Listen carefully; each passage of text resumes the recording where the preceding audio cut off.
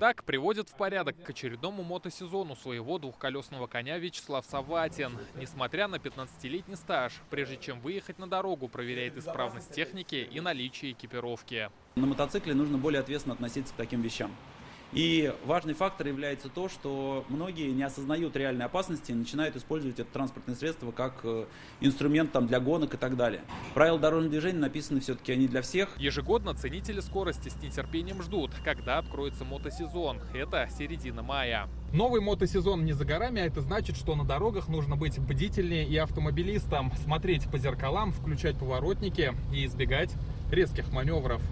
Невнимательность на дороге и превышение скорости – именно это самые частые причины ДТП с мотоциклистами, подчеркивают автоинспекторы. Смертельная авария произошла в июле 23-го. Водитель байка превысил скорость и на полном ходу влетел в перестраивающуюся легковушку. Он погиб. В прошлом году только в Казани произошло 63 аварии с участием двухколесного транспорта.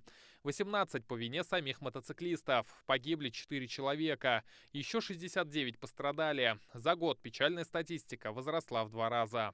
Здесь есть ряд причин. Основная – это, конечно же, грубые нарушения правил дорожного движения.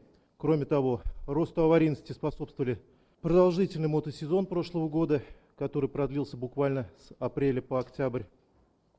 И в целом тенденция увеличения количества мототранспорта на дорогах.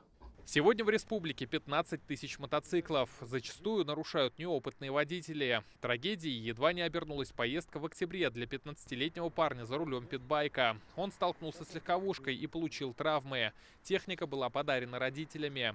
ГИБДД призывает их перед покупкой таких подарков еще раз взвесить все за и против. С каждым годом, опять же, становятся популярны эти внедорожные мотоциклы и питбайки, особенно среди подростков. Поэтому еще раз, пользуясь случаем, обращаясь к родителям и лицам, которые планируют использовать разные мотоциклы, особенно внедорожные, о необходимости строгого соблюдения установленных правил. За прошлый год в Казани выписали почти 3000 штрафов на мотоциклистов. Больше половины за превышение скорости. Почти не нарушают правила байкеры в юбках. Проходит какой-то определенный период в жизни, когда человек покупает мотоцикл, он изначально считает, что ему все должны. Потом проходит какое-то время, он немножечко попадал, постукался, там в зеркала поврезался, и мнение категорически меняется. То есть сейчас, на сегодняшний день, я, когда выезжаю на дороге, я в первую очередь считаю, что я всем должна, я должна думать за всех вокруг. Несмотря на потенциальную опасность на дорогах, автомобилисты относятся к двухколесным соседям спокойно. По-разному. Бывает, что мешают, бывает нормально все. Сосуществуем. Я не сталкивалась с такой ситуацией, чтобы они меня как-то...